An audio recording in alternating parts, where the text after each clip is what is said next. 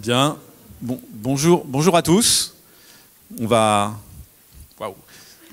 démarrer tout de suite. Je vais être très bref. On a le plaisir aujourd'hui de recevoir Guy Terrolas, qui nous vient de Toulouse. Il travaille au Centre de recherche sur la cognition animale. C'est l'université de Toulouse 3. Et voilà, il va donc nous parler aujourd'hui de quelque chose qui va mêler système complexe, comportement collectif, auto-organisation, d'assemblée d'objets. Et ces objets sont principalement des objets de sociétés animales. Donc on va parler d'animaux ici. Et donc voilà, c'était juste pour laisser les dernières entrées. Je pense qu'on est à peu près tous là. Donc je passe la parole tout de suite à Guy. Et je te remercie encore d'être venu pour nous présenter cette conférence. Merci. Merci à tous d'être là. Donc je remercie les organisateurs pour leur invitation.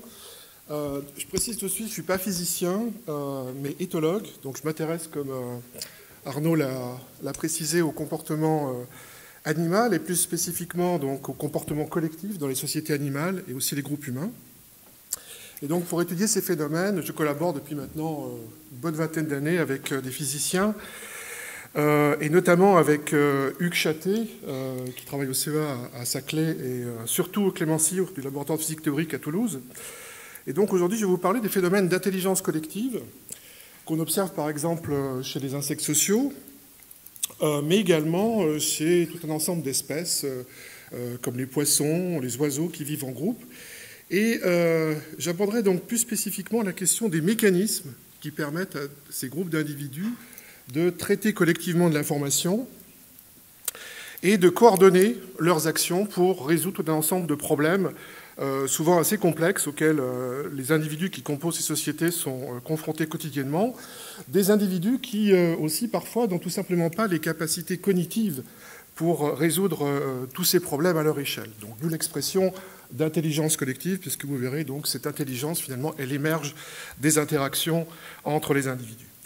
Alors au cours des 30 dernières années, les phénomènes collectifs qu'on observe dans les sociétés animales, donc ils ont suscité énormément d'intérêt de la part des éthologistes ou des éthologues, mais également des physiciens, car donc ce sont des phénomènes qui sont particulièrement intéressants pour aborder le problème de la complexité en biologie, notamment le passage du comportement individuel au comportement collectif. Alors ce sont des questions sur lesquelles on travaille dans mon laboratoire depuis maintenant plus de 25 ans, sur des systèmes biologiques qui sont très différents. On a commencé à travailler sur des insectes sociaux, donc des fourmis, des termites, et certaines espèces d'abeilles et de guêpes.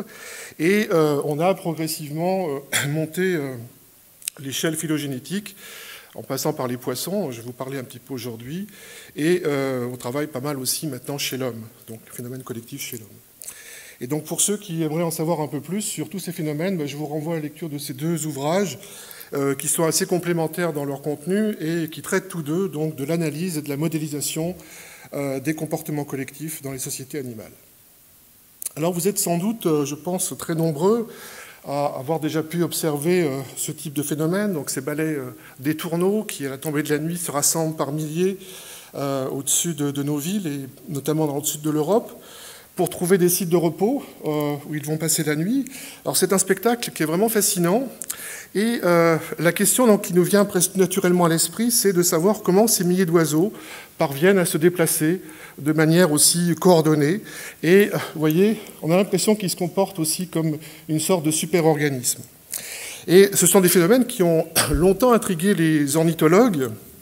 Et dans les années 30, certains d'entre eux, notamment celui-ci, Edmund Selous, ont même écrit que seul un transfert de pensée télépathique entre les oiseaux pouvait conduire à une aussi parfaite coordination de leurs déplacements collectifs.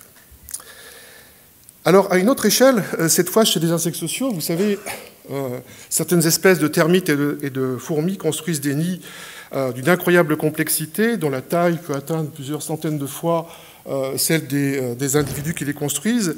Et là encore, la question qu'on se pose, c'est de savoir comment ces milliers d'insectes parviennent à coordonner leurs activités bâtisseuses pour réaliser des édifices qui, par exemple, ici, vous avez un exemple de nid de termites, une espèce qui vit en Afrique centrale.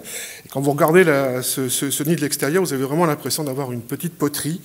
C'est vraiment des choses assez extraordinaires. Donc la question qu'on se pose, c'est de savoir comment ces milliers d'insectes parviennent à coordonner leurs activités bâtisseuses pour construire ces édifices. Et donc là aussi, comme chez les oiseaux, bien, tout se passe comme si chaque colonie d'insectes se comportait comme un seul et même superorganisme, ce qui a conduit également certains auteurs à imaginer qu'il pourrait exister une sorte de force mystérieuse capable de coordonner les activités de centaines de milliers d'individus qui composent ces sociétés. Et c'est le cas en particulier du poète belge Maurice Maeterlinck qui, au début du XXe siècle, a appelé cette force mystérieuse l'esprit de la ruche. Et au cours des 30 dernières années, on a pu donc décrypter certains des mécanismes qui gouvernent l'intelligence collective de ces superorganismes, et ce qui a permis d'apporter des explications tout à fait rationnelles à des phénomènes qui pouvaient apparaître au début comme assez mystérieux. Alors tout d'abord, ça a été rappelé dans l'introduction, ces deux exemples de superorganismes que je viens de vous citer ont la particularité d'être des systèmes complexes, c'est-à-dire qu'ils sont constitués d'un grand nombre d'individus qui interagissent les uns avec les autres, soit directement, par exemple ici dans le cas des oiseaux, soit indirectement, comme chez les termites, en laissant des traces dans l'environnement. Et de ces interactions naissent des propriétés émergentes qu'on ne peut pas directement prévoir à partir de la seule connaissance du comportement des individus. C'est-à-dire que ces groupes et ces sociétés d'organismes ont la capacité de produire des comportements collectifs plus ou moins complexes, depuis des formes de déplacement collectif, comme vous voyez ici, déplacements coordonnés qui permettent à des oiseaux, des poissons, d'échapper des attaques de prédateurs, jusqu'à des formes de comportements collectifs beaucoup plus élaborés, qu'on retrouve en particulier chez les insectes sociaux. Par exemple, dans la chasse, la récolte de nourriture, dans le choix de sites de nidification, dans le transport de charges lourdes, comme vous voyez ici, ou encore dans la construction et la défense d'un nid. Et donc, pour comprendre ces phénomènes, il nous faut aller décrypter les interactions entre les individus, identifier les informations qui sont échangées au cours de ces interactions, et enfin, on doit aller étudier l'effet de ces interactions sur le comportement des individus. Et aujourd'hui, je vais plus particulièrement vous parler des interactions qui interviennent dans la coordination des déplacements collectifs de bancs de poissons et dans la coordination des activités de construction chez les fourmis. Alors, pour décrypter ces interactions, on dispose maintenant, depuis quelques années, de nouveaux outils qui vont nous permettre de mesurer très précisément le comportement des individus et l'effet des interactions sur le comportement de ces individus. On peut, par exemple, chez les insectes sociaux, vous avez ici utilisé des petits codes-barres qu'on va fixer sur le thorax, par exemple ici, donc dans des colonies d'abeilles. Et ces petits codes-barres vont nous permettre de suivre chaque abeille individuellement sur le rayon d'une ruche. On va donc pouvoir savoir tous ses comportements, déterminer si elle est active ou inactive à un moment donné. Et on va pouvoir aussi reconstruire toute l'historique de ces interactions avec les autres abeilles de la ruche. Et ensuite, sur la base de ces données, on va pouvoir construire des modèles mathématiques qui vont nous permettre de comprendre comment ces interactions vont permettre à ces groupes d'animaux de coordonner leurs actions. Et ces modèles vont donc nous permettre de faire le lien entre le comportement et les interactions individuelles et les structures qu'on va voir apparaître au niveau collectif. Et ces modèles vont également nous permettre de faire des prédictions quantitatives sur le comportement de ces groupes d'animaux. Alors, pour analyser les interactions, par exemple, qui interviennent dans la coordination des déplacements de poissons au sein d'un banc, on utilise ici des techniques d'analyse d'images automatisées, grâce auxquelles on va pouvoir suivre les déplacements de chaque individu dans un groupe, et en accumulant plusieurs dizaines d'heures de données sur des poissons. Donc là, ce sont des groupes d'une quinzaine de poissons, mais au départ, on travaille sur des groupes sur des poissons qui nagent seuls, ou ensuite par groupe de 2. Dans les aquariums, on va pouvoir caractériser le déplacement spontané d'un poisson et ensuite identifier les stimuli auxquels ce poisson réagit, comme par exemple la distance, l'orientation ou la position relative de l'autre poisson donc, avec qui ce poisson nage. Et donc on va pouvoir mesurer l'impact de ces informations sur la réponse comportementale du poisson qu'on observe.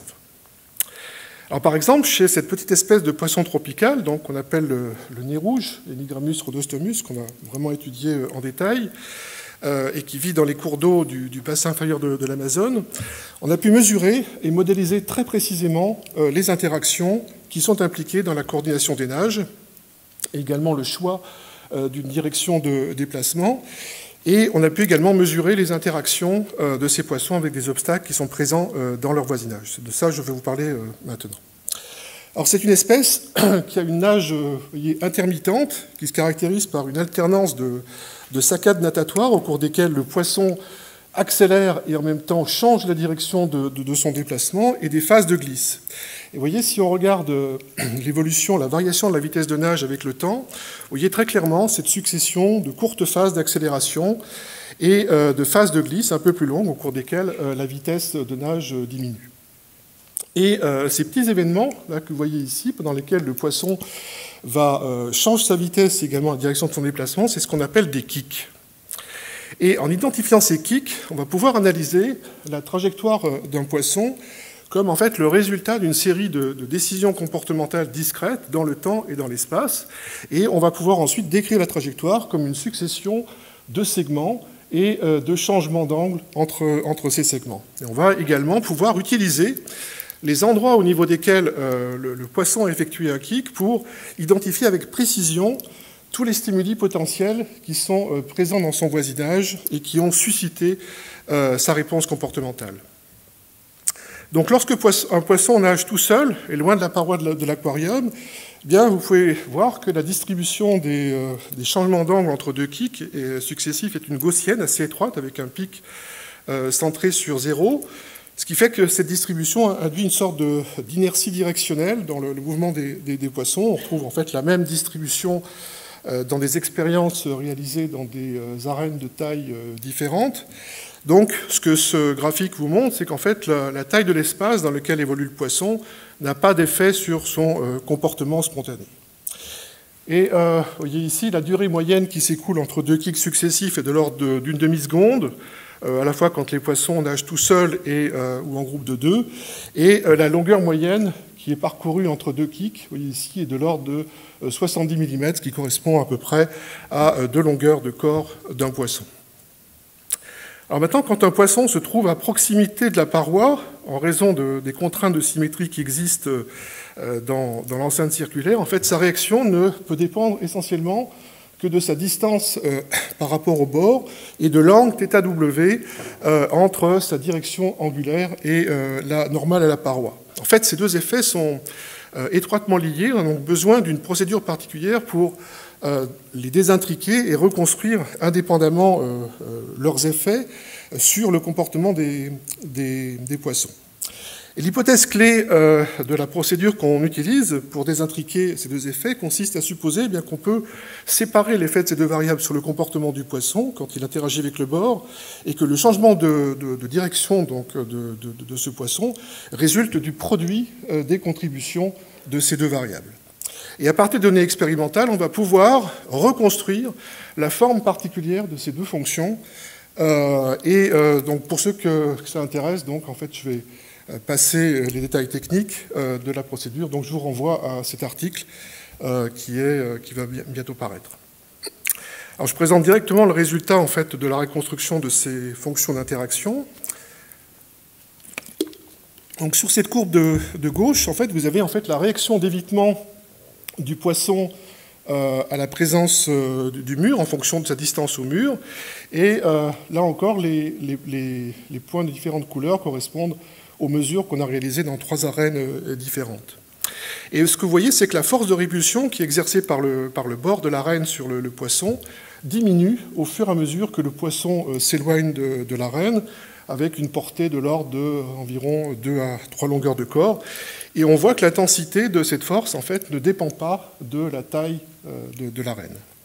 Et sur le graphique de droite, on voit également que en fait, la réaction du poisson diminue très fortement quand il se déplace parallèlement au bord, c'est-à-dire en fait, quand son orientation et son angle en fait est de 90 degrés ou de moins 90 degrés, vous voyez qu'en fait la force exercée par le bord sur le poisson diminue quand il se déplace parallèlement au bord. Et ensuite, eh bien, on va en fait tout simplement modéliser l'interaction du poisson avec le bord en ajustant sur ces données les courbes ici qu'on a représentées en rose.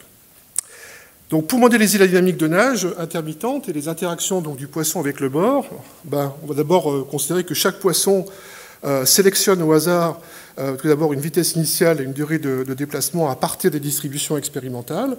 Ensuite, chaque poisson va calculer sa nouvelle direction de nage, qui est une combinaison en fait entre un changement d'angle spontané, loin du bord, et en fait le changement d'angle qui est dû à l'interaction avec le bord.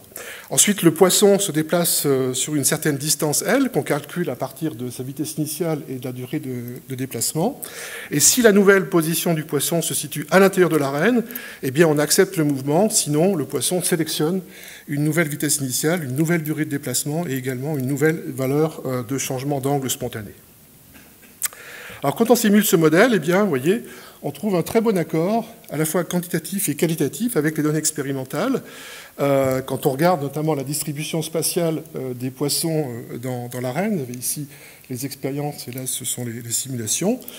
Vous voyez ici que en fait, ce couplage du comportement d'évitement avec ce mode de nage intermittent conduit à une concentration des déplacements sur le bord de l'arène, donc dans la zone qui est située à proximité du bord de l'arène.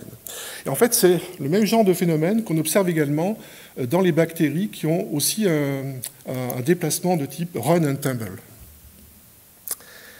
Alors le modèle reproduit aussi, vous voyez, la distribution de l'orientation du poisson par rapport au bord et également la distribution des changements d'orientation du poisson quand elle interagit avec le bord. Donc maintenant qu'on a un bon modèle pour le déplacement spontané du poisson et également de ses interactions avec le bord, on va caractériser les interactions sociales entre deux poissons. Et voici donc les résultats qu'on a obtenus à partir de l'analyse des déplacements de groupes de deux poissons qui nagent également librement dans une arène circulaire, et on a suivi une procédure similaire à celle qu'on a utilisée pour analyser les interactions d'un poisson avec le bord. Alors chez cette espèce, les interactions sociales, eh bien, c'est essentiellement pour un poisson, ça consiste essentiellement pour un poisson à être à la fois attiré et à s'aligner avec son voisin, et l'intensité de ces interactions va dépendre à la fois de la distance entre les deux poissons, de leur position relative, de la position relative du voisin par rapport à la position du poisson focal, et également de l'orientation relative entre les deux poissons. Alors vous voyez ici par exemple que quand la distance qui sépare les deux poissons est très petite, eh bien, vous voyez qu'ils se repoussent et l'attraction devient en fait de la répulsion. On voit aussi que dans cette zone-là, en fait, l'intensité d'alignement domine l'intensité de l'attraction. Puis vous voyez ensuite que à partir de cette distance-là, l'attraction domine l'alignement. L'intensité de l'attraction domine. L'intensité de l'attraction va dominer l'intensité d'alignement. Et quand la distance entre les poissons augmente encore plus, eh bien, on s'attend à ce qu'elle chute, mais en fait, quand on a travaillé dans des arènes de taille finie, en fait, on n'a jamais pu mesurer ce type d'effet, et aussi en raison du manque de données, puisque quand les deux poissons commencent à se percevoir, en fait, ils se regroupent, et ensuite, ils ont tendance à rester l'un avec l'autre. Donc, c'est assez difficile d'aller mesurer ce qui se passe sur de grandes distances. Alors, ce que montrent également ces graphiques, c'est que les réponses comportementales des poissons sont très fortement modulées par l'anisotropie de leur perception. C'est-à-dire qu'ils ne perçoivent pas leur environnement de manière homogène. Ce qu'on voit notamment ici sur cette figure centrale, c'est que l'intensité de l'alignement, finalement, est très élevée quand le poisson se situe soit sur la droite, soit sur l'avant gauche. Et puis ensuite, vous voyez que quand le voisin passe vers l'arrière du poisson, on voit que l'intensité de l'alignement diminue, s'annule. Donc il existe une très forte asymétrie dans les interactions entre les poissons qui donc interagissent très fortement avec ceux qui sont situés à l'avant et très faiblement avec ceux qui sont situés à l'arrière. Et enfin, on voit que l'attraction est maximale quand le congénère est situé sur les côtés du poisson. Et ce que vous voyez ici, c'est qu'elle augmente avec la taille relative du poisson, puisque quand le poisson est finalement face au poisson focal, vous voyez qu'en fait sa taille relative est très petite, et donc du coup finalement l'intensité de l'attraction devient très faible, alors que quand il est sur, quand en fait son angle d'orientation est à 90 degrés, à ce moment-là, vous voyez que l'effet est maximal en fait sur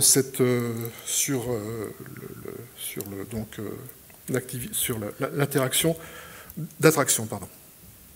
Et les courbes bleues et rouges qu'on a représentées en fait sur ces graphes correspondent simplement aux formes fonctionnelles qu'on a ajustées aux données expérimentales et qu'on va ensuite utiliser dans le modèle.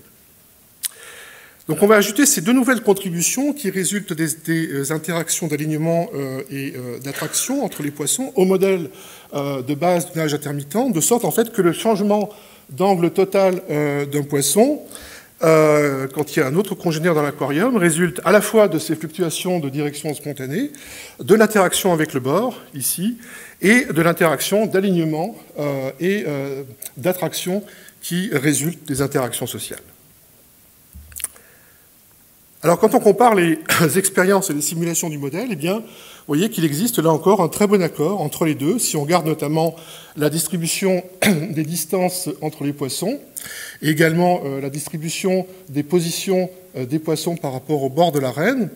Et ce qu'on peut voir aussi dans les expériences et les simulations du modèle, c'est qu'en fait, les poissons ont tendance à rester près du mur et également proches les uns des autres, mais le leader temporaire qui est ici représenté en rouge, vous voyez qu'en fait, il est beaucoup plus près du bord que celui qui suit.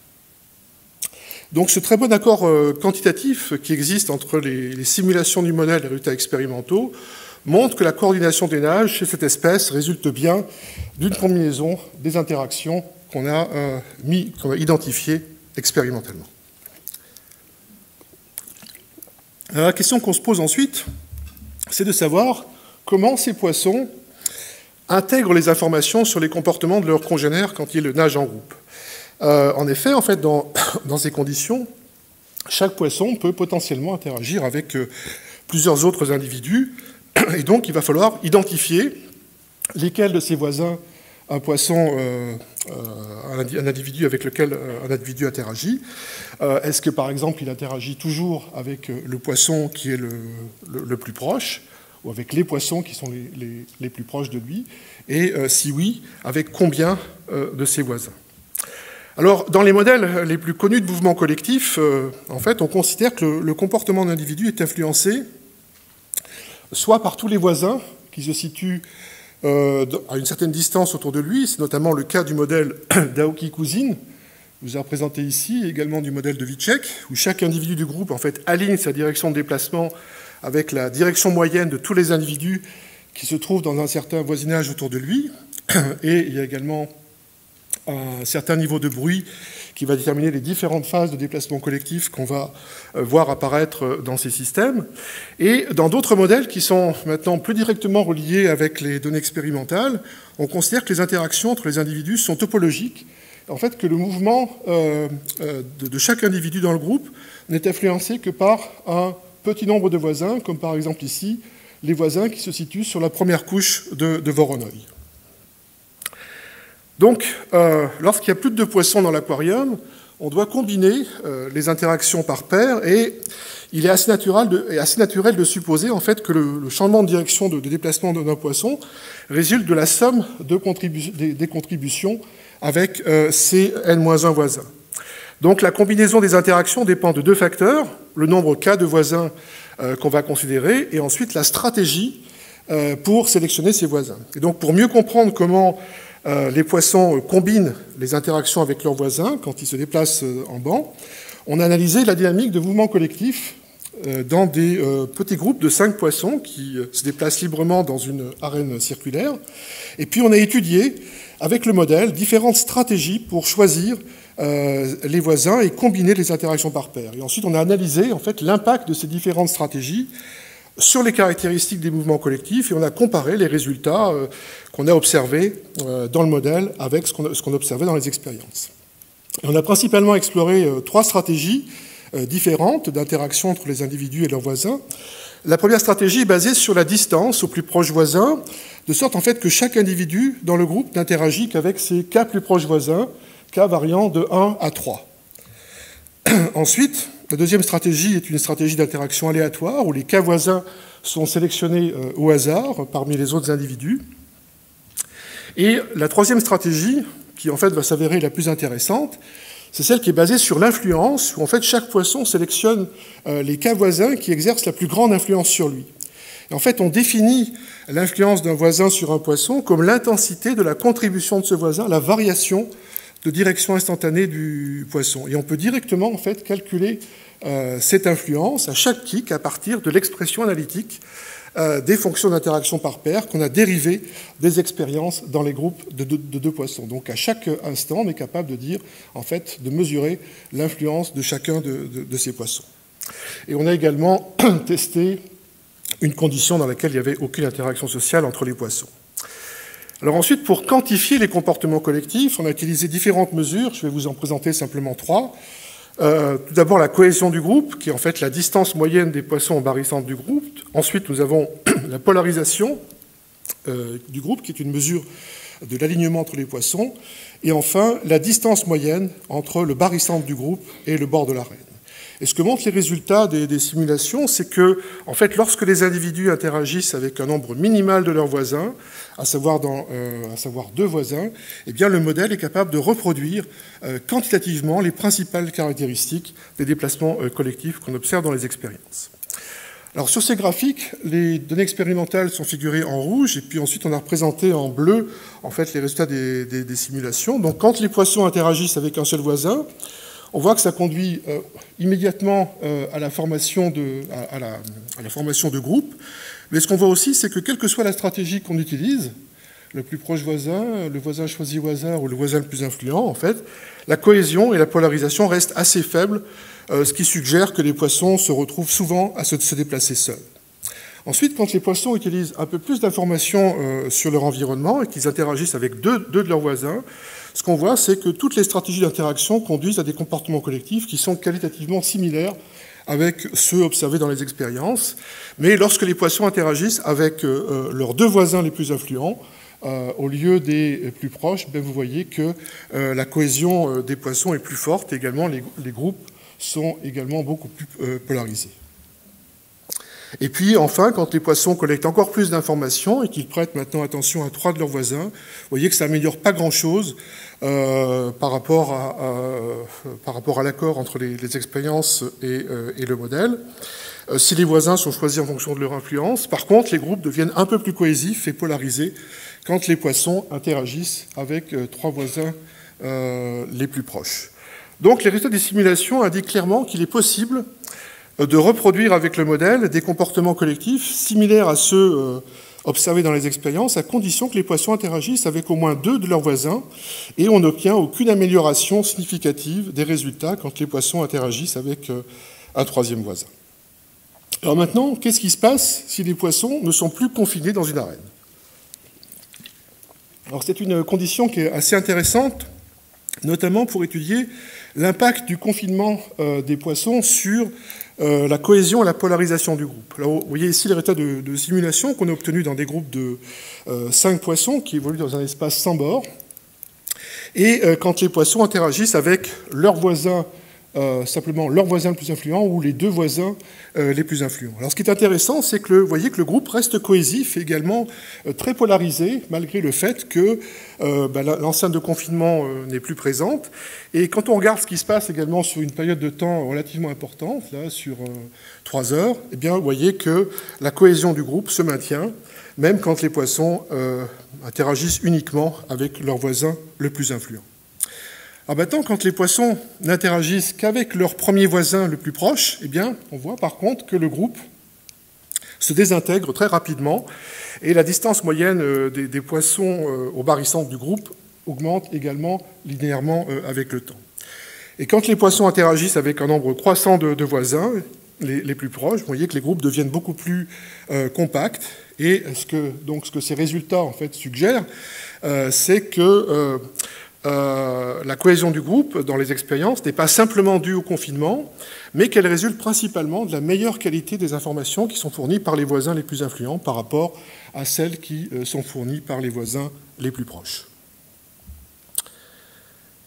Alors, les résultats des simulations indiquent clairement qu'il est possible de reproduire avec le modèle des comportements collectifs qui sont similaires à ceux qu'on observe dans les expériences, à condition que les poissons interagissent avec au moins 2 de leurs voisins. Et d'autre part, quand les poissons n'interagissent qu'avec un seul voisin, en fait, la stratégie qui consiste à interagir avec le voisin le plus influent est celle qui permet d'obtenir la meilleure coordination des déplacements, y compris dans un espace sans bord. Et ça reste vrai, comme vous voyez ici, pour des groupes de taille beaucoup plus importante. Vous voyez que des groupes avec 10 individus et 20 individus, où chaque individu interagit avec leur voisin le plus influent, restent très cohésifs. Donc, en conclusion, on peut dire tout cela que chaque poisson doit acquérir une quantité minimale d'informations sur le comportement de ses voisins pour qu'émerge cette coordination des nages à l'échelle du groupe. Et cette parcimonie des informations, c'est quelque chose qu'on va retrouver également chez les insectes sociaux. Vous allez voir en fait que finalement les insectes sociaux également utilisent très peu d'informations pour réaliser la coordination des activités. Alors c'est, comme je vous le disais, chez les insectes sociaux qu'on va retrouver à la fois les formes les plus diverses et les plus élaborées d'intelligence collective, et comme je le disais en introduction, donc une des manifestations les plus spectaculaires de cette intelligence collective, c'est la capacité qu'ont certaines espèces de termites, de guêpes et également d'abeilles de construire des nids d'une remarquable complexité. Alors, coordonner les activités de milliers d'individus sans plan ni architecte, c'est vraiment un problème complexe qui pose là aussi la question des mécanismes qui permettent à ces groupes d'insectes de réaliser ce type d'exploit. Et la première explication un peu sérieuse de ces mécanismes a été proposée à la fin des années 50 par Pierre-Paul Grasset, qui a introduit à cette époque le concept de stigmergie.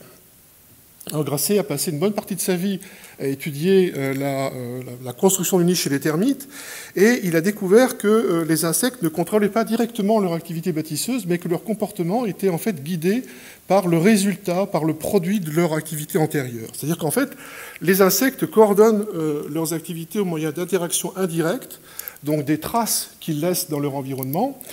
Et c'est ce mécanisme que Grasset a appelé stigmergie, qu'il a construit à partir des mots grecs stigmer, qui signifie piqûre, et ergon, qui signifie travail. Et cette stigmergie, c'est en fait essentiellement un processus qui repose sur l'enchaînement de boucles stimulus-réponse, c'est-à-dire que les traces qui sont laissées par un insecte quand il se déplace, comme par exemple des pistes chimiques ou des ébauches de construction, ça va déclencher ça va constituer d'abord des sources d'information et de stimulation qui vont déclencher des comportements spécifiques chez les insectes. L'insecte va alors modifier en fait le stimulus qui a donné naissance à sa réponse comportementale en un deuxième stimulus qui lui-même va déclencher un second type de réponse. Ce second type de réponse va transformer le stimulus 2 en un stimulus 3, et etc. Et ce processus va conduire, sous certaines conditions, à une coordination de l'activité des insectes, tout en donnant l'illusion que la colonie va suivre un plan prédéfini. Et donc, pour comprendre comment les insectes d'une colonie construisent leur nid, eh bien, on doit identifier et caractériser toutes ces boucles stimulus-réponse, puisqu'en fait, elles vont jouer un rôle clé dans la coordination des comportements des individus et, bien sûr, dans la croissance et la forme des nids. Alors, ces processus stigmergiques sont en fait impliqués dans vraiment une très très grande diversité de phénomènes chez les insectes sociaux, et notamment ils sont impliqués dans la construction du nid chez les fourmis. Vous avez ici un nid construit par cette fourmi, l'Asus niger, qui est une petite fourmi des jardins, dont les colonies comportent entre 5 et 10 000 individus. Et comme vous pouvez le voir ici sur cette tomographie, en fait, le nid, ça ressemble un petit peu à une éponge avec un grand nombre de chambres en forme de bulles qui sont étroitement imbriquées les unes dans les autres. Et ce qu'on peut également noter dans les parties centrales du nid, c'est la présence d'une organisation des chambres selon des plans parallèles, comme vous voyez ici, avec des connexions entre les différents étages et une continuité des cloisons entre deux étages successifs. Alors pour ces nids en fait sont construits à partir de l'agrégation de boulettes de terre qui sont confectionnées par les fourmis, et on peut aller étudier cette fois en détail en laboratoire ces comportements collectifs de construction. Alors ce qu'on fait généralement dans ce genre d'études, c'est que d'abord on va étudier le phénomène à l'échelle collective, donc on va caractériser le phénomène collectif, et puis ensuite dans une seconde étape on va réaliser différents types d'expériences pour aller mesurer très précisément les interactions entre les fourmis qui sont impliquées dans ce phénomène. Et donc ici, en l'occurrence, on a identifié, on a donc étudié ces phénomènes avec un dispositif dans lequel des groupes de 500 fourmis avaient accès à une boîte de pétri qui contenait une fine couche de terre humidifiée. Et quand vous éclairez en permanence le dispositif, en fait, vous stimulez très fortement l'activité de construction des fourmis qui vont essayer de se construire un abri pour se protéger de la lumière. Mais comme la quantité de terre qu'on leur a fournie est limitée, en fait, le processus s'arrête juste après les toutes premières étapes de construction du nid qui en fait, conduisent à la construction de murs et de piliers plus ou moins régulièrement espacés. Donc ça nous permet véritablement d'aller mesurer ce qui se passe à l'échelle collective. Donc pour ensuite quantifier ce phénomène, ce qu'on utilise, c'est un scanner qui est placé au-dessus du nid du dispositif et qui va enregistrer ici toutes les 20 minutes une image tridimensionnelle de la structure qui est construite par les fourmis. Et après traitement des données, on va pouvoir récupérer la position des piliers, on va pouvoir aussi mesurer leur volume, leur surface, suivre leur croissance au cours du temps, etc. Ce que vous avez ici, c'est un exemple de reconstruction 3D de la dynamique de construction dans une de ces expériences. Et à partir de ces données, on va pouvoir caractériser la structure spatiale et, par exemple, calculer comment évolue la distance moyenne entre les piliers au cours du temps.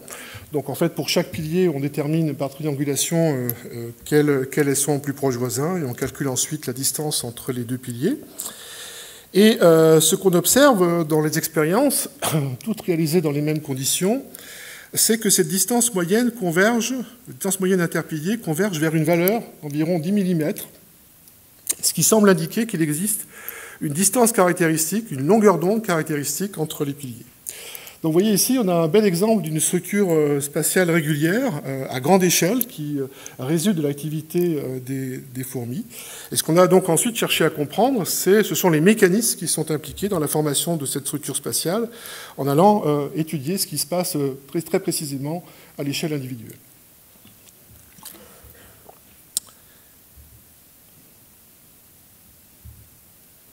Et ce qui est frappant, en fait, c'est l'extrême simplicité des interactions et des règles de comportement qui sont utilisées par ces fourmis pour construire leur nid.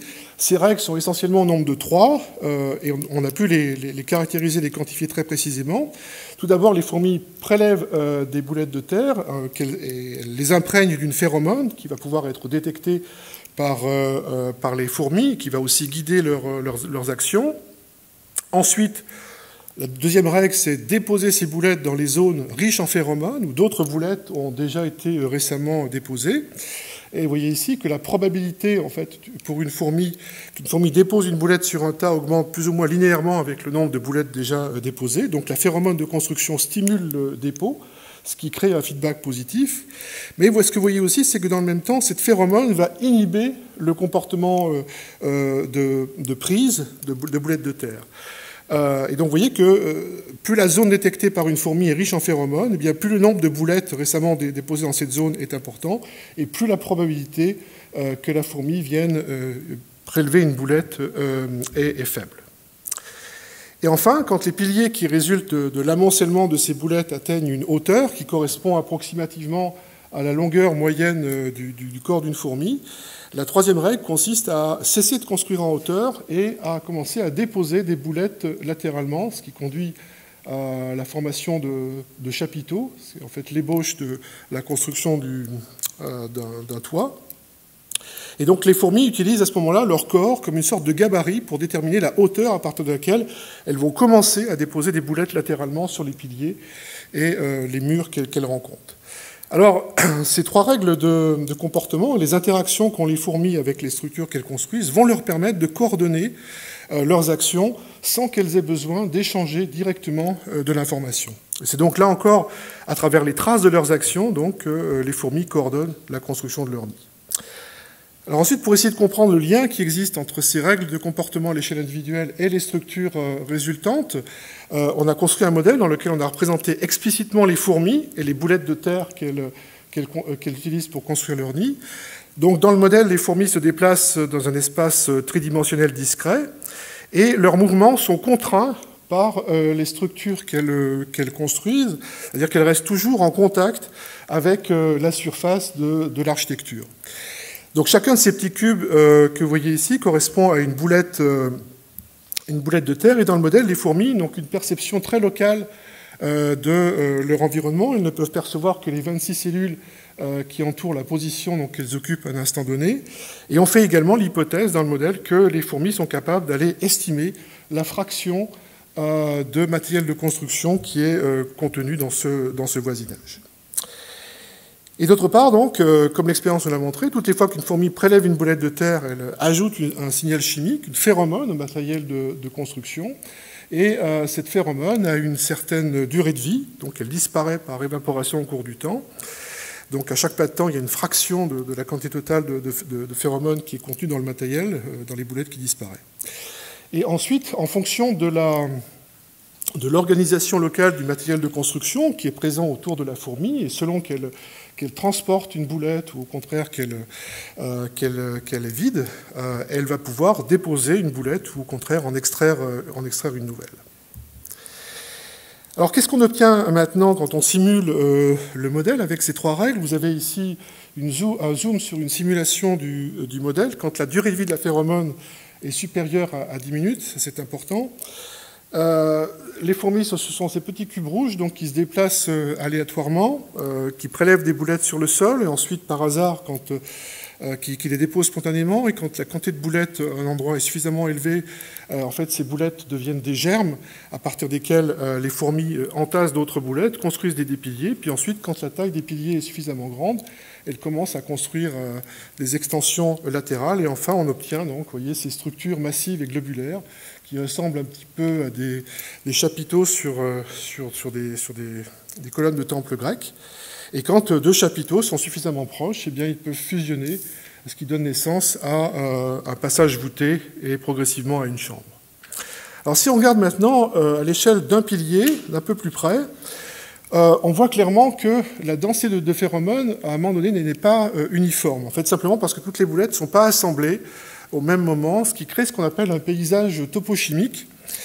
Et en fait, c'est ce paysage qui va déterminer localement les activités de construction des fourmis. Donc à l'échelle locale, c'est vraiment cette information-là sur donc, en fait, la présence de phéromones dans les boulettes qui va vraiment contrôler la croissance des structures et donc, in fine, la forme du nid.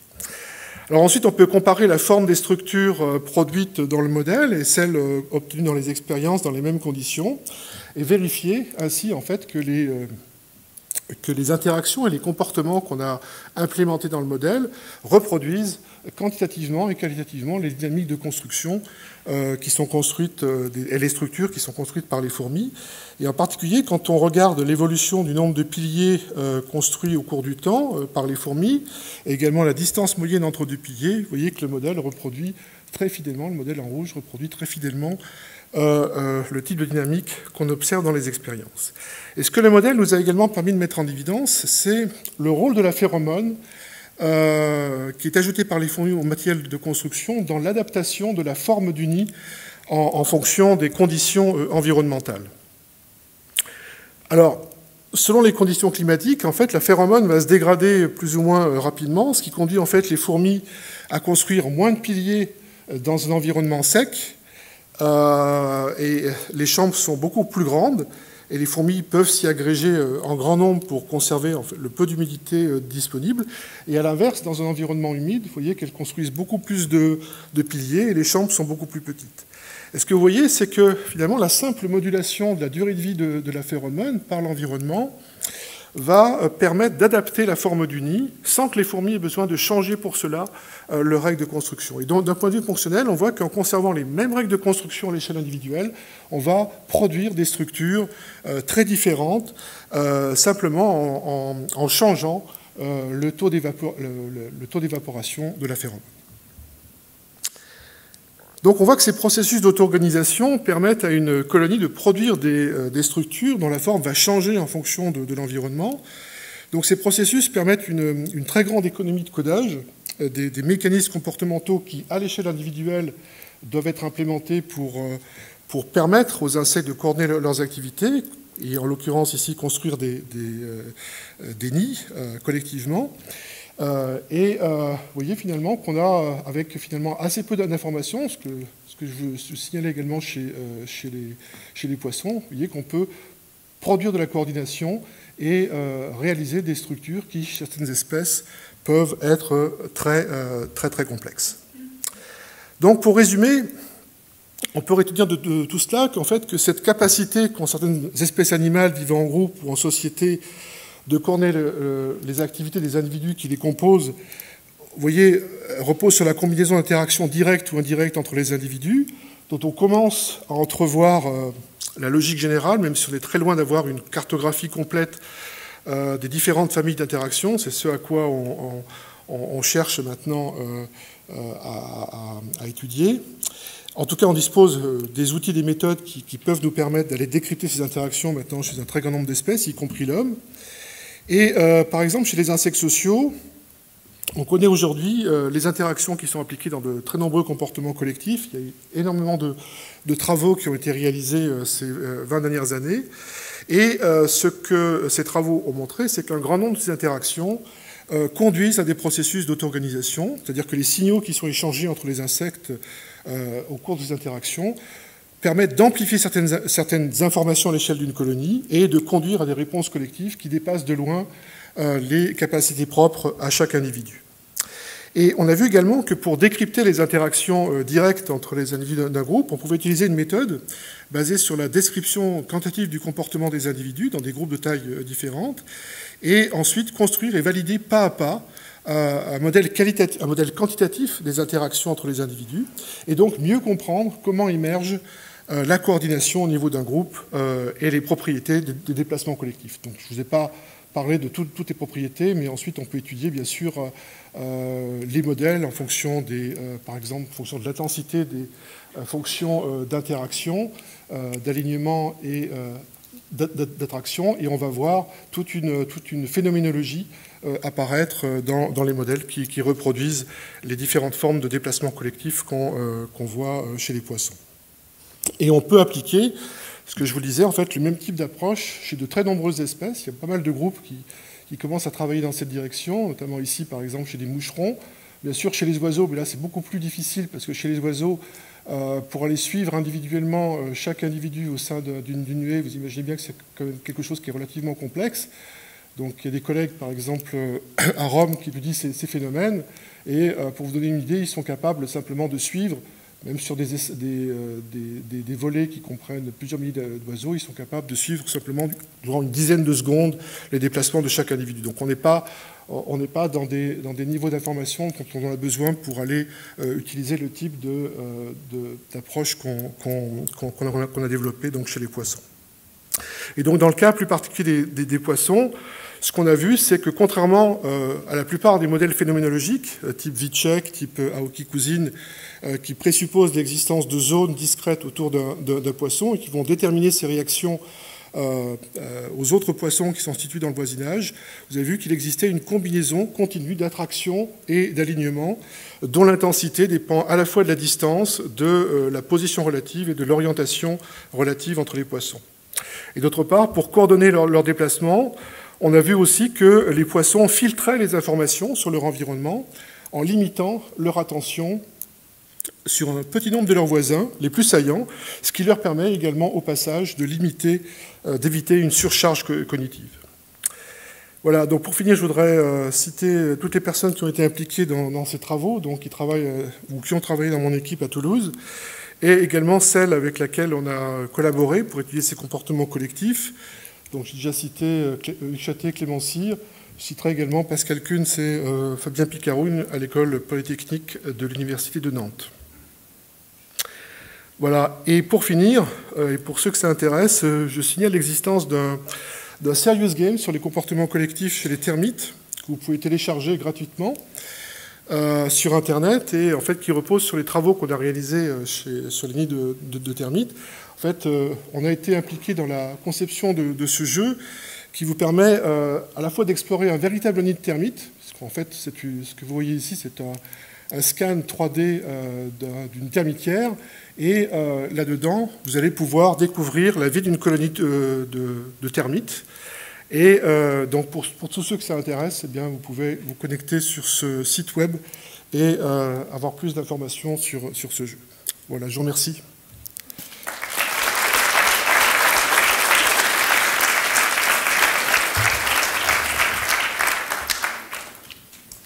Bien, merci beaucoup Guy, c'était vraiment très très très intéressant. On a un petit peu de temps pour les questions. Allez-y, qui veut commencer? Je commence tout près, Fabienne. Oui, merci pour cette conférence très intéressante. J'avais une question qui concerne la sélection de l'influenceur dans les poissons, là. Alors, je ne suis pas sûre d'avoir bien compris. C'est celui qui va avoir l'angle le plus orthogonal, finalement. En fait, ma question, ça porte sur est-ce que plusieurs poissons vont avoir le même influenceur ou est-ce que c'est complètement aléatoire? Non, pas du tout. C'est pas du tout aléatoire. C'est pas du tout aléatoire. En fait, on peut à chaque instant mesurer l'influence d'un poisson sur un autre. Pour ça, on prend les fonctions d'interaction qu'on a mesurées dans des groupes de 2 poissons et on va utiliser ces fonctions pour aller mesurer en fait la déviation qui est induite par tel poisson par particulier sur le poisson qu'on regarde. Et cette déviation va dépendre de la distance, de l'orientation relative et de la position relative. Donc chaque poisson va avoir un meilleur influenceur qui va être différent des autres, à chaque pas de temps. Donc en fait, il n'y a pas certains qui influencent plus les autres? Non, pas du tout. Pas du tout. Alors, après, on peut rentrer dans le détail neuroanatomique. En fait, ce qu'on sait, c'est qu'il y a 2 structures qui sont responsables de ça dans le cerveau des poissons. Il y a le mésencéphale, en fait, qui va analyser les informations visuelles et qui va détecter les stimuli qui vont dépasser un certain seuil. Et puis ensuite, sur cette information qui est déjà filtrée, le télencéphale, chez les poissons, va en fait sélectionner les stimuli sur lesquels le poisson va porter son attention. Donc en fait, précisément dans le modèle, on a vraiment testé cette opération de sélectionner les stimuli et de voir comment est-ce qu'on les combine avec le modèle. Il y avait une question par ici. Non, c'était la même. Bien. Une autre question? Ouais, vas-y. L'interaction entre les poissons, elle est simplement visuelle?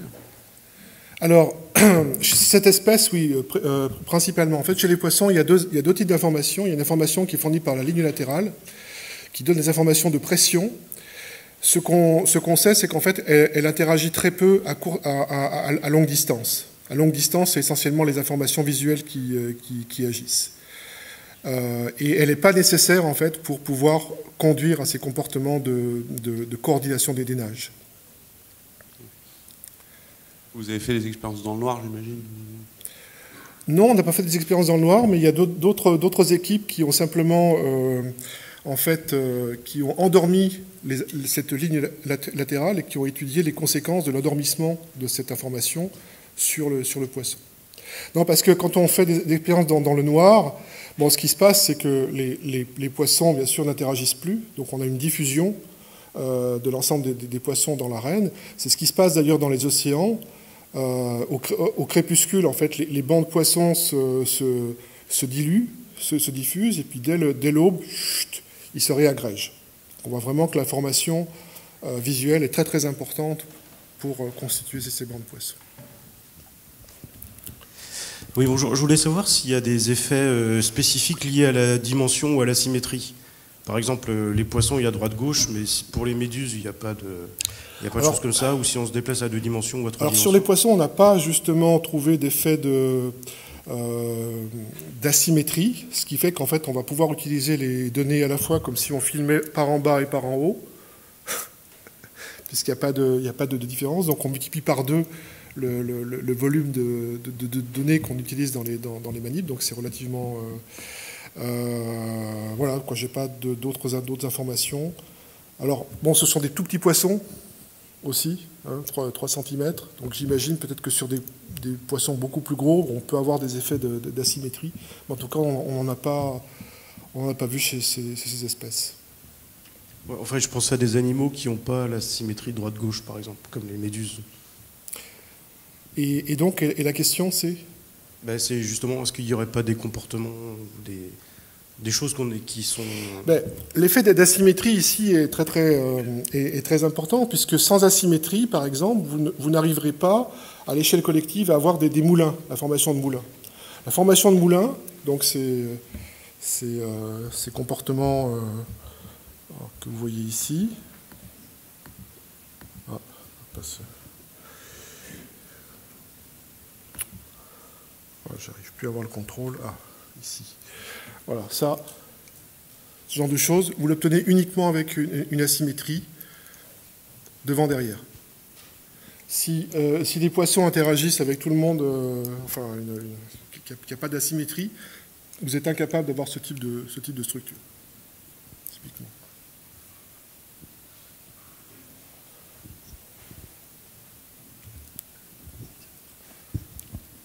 Et pour les mécanismes de construction là, des fourmis, à quel point c'est optimal au niveau mécanique énergétique? C'est-à-dire, si on voulait aller directement au bon résultat, je suppose qu'il faudra un nombre de transports qui serait beaucoup plus faible que le nombre de transports effectivement faits.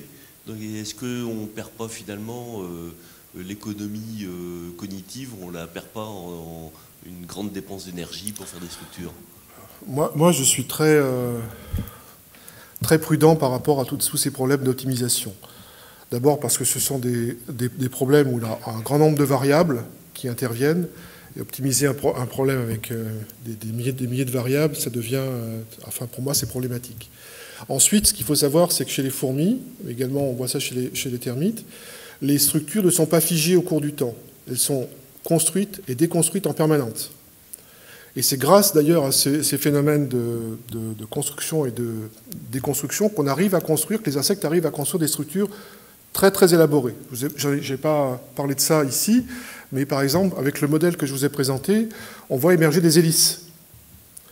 Et on voit des hélices, par exemple, chez les Apicothermes, des hélices, donc, qui sont des structures donc, qui connectent différents étages. Et ces structures, on ne peut les obtenir que grâce justement à ces processus de remodelage sans cesse de la structure. Et ces processus de remodelage, eh bien, je peux vous trouver une explication fonctionnelle très simple, parce que quand la taille de la colonie augmente, ben, ça va permettre de créer une autre structure. Pas forcément de l'agrandir, mais également de changer, de changer toute la configuration du nid. On sait que quand les nids de termites augmentent, on a non seulement un agrandissement de la taille du nid, mais également on a de nouvelles structures qui se forment à l'intérieur du nid. Ces nouvelles structures résultent vraisemblablement en fait d'une autre interaction où le niveau de gaz carbonique va moduler en fait l'expression des probabilités de prise et de dépôt. Donc ça peut conduire dans certains cas à la formation de structures, on va dire, en éponge. Et puis sur les périphéries, on a des murs qui sont beaucoup plus compacts. La superposition de ces deux informations va conduire à la création de nouvelles structures. C'est très très difficile ces problèmes d'optimalité, et je ne suis pas sûr que ce soit d'ailleurs des questions qui soient très très pertinentes par rapport à ce type de problème. Bon, dernière question. Ou avant-dernière. Si on a un cas, une dernière, je pense. Quand vous caractérisez les comportements collectifs, est-ce que vous avez aussi pu identifier ce qui se passe quand il y a des prédateurs, par exemple? Est-ce que ça complexifie le langage, entre guillemets, ou est-ce que ça repose sur les mêmes critères, ou est-ce que ça se complexifie? Alors là, toutes les études qu'on a faites, c'est dans des bancs de poissons, des poissons qui étaient vraiment au calme, sans aucune perturbation, dans des conditions standards, température, lumière, etc. Donc c'est optimal. C'est évident que quand on va changer, quand on va stresser les individus, on va moduler les interactions et faire apparaître de nouveaux phénomènes. Ça, ce sont des questions qu'on commence à aborder. On n'étudie pas directement des prédateurs, mais on va conditionner par exemple des poissons à des chocs électriques. Choc électrique choc électrique, on va dire, toujours dans le respect des règles éthiques, hein, c'est-à-dire toujours en dessous du seuil de douleur du poisson. Et donc on va, comme ça, par exemple, faire réagir uniquement certains poissons. On va associer un choc électrique à une longueur d'onde et on va créer une perturbation dans un banc qui va simplement toucher un seul poisson.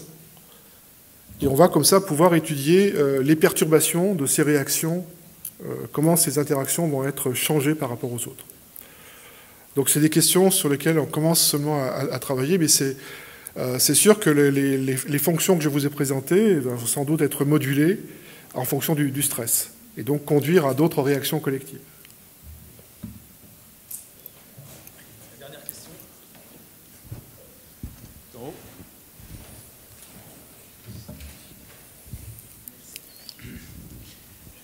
Merci pour cet exposé, c'était très, très passionnant. Alors, sur les fourmis, en fait, vous avez dit qu'il y a une taille caractéristique, n'est-ce pas, une longueur d'onde, disons, de structure de l'ordre du centimètre. En fait, je n'ai pas bien compris comment cette échelle-là émerge des règles d'interaction entre les individus. Alors, l'échelle émerge simplement à partir de la distance qui est couverte par une fourmi entre le moment où elle prend une boulette et le moment où elle le dépose. En fait, c'est cette distance-là, la distance entre la prise et le dépôt spontané, qui va fixer la longueur d'onde entre les piliers. Parce que si cette distance, si deux piliers finalement sont à une distance qui est plus faible que cette distance caractéristique, ils vont commencer à échanger de la matière, et il y en a un qui va grandir plus vite que l'autre, et l'autre va disparaître. Par contre, si deux piliers sont à une distance qui sont au-delà de la distance caractéristique de prise et de dépôt spontané, à ce moment-là, les deux piliers vont pouvoir survivre. Et donc la longueur d'onde est vraiment fixée par cette distance de trajet qu'effectue la fourmi entre une prise et un dépôt spontané.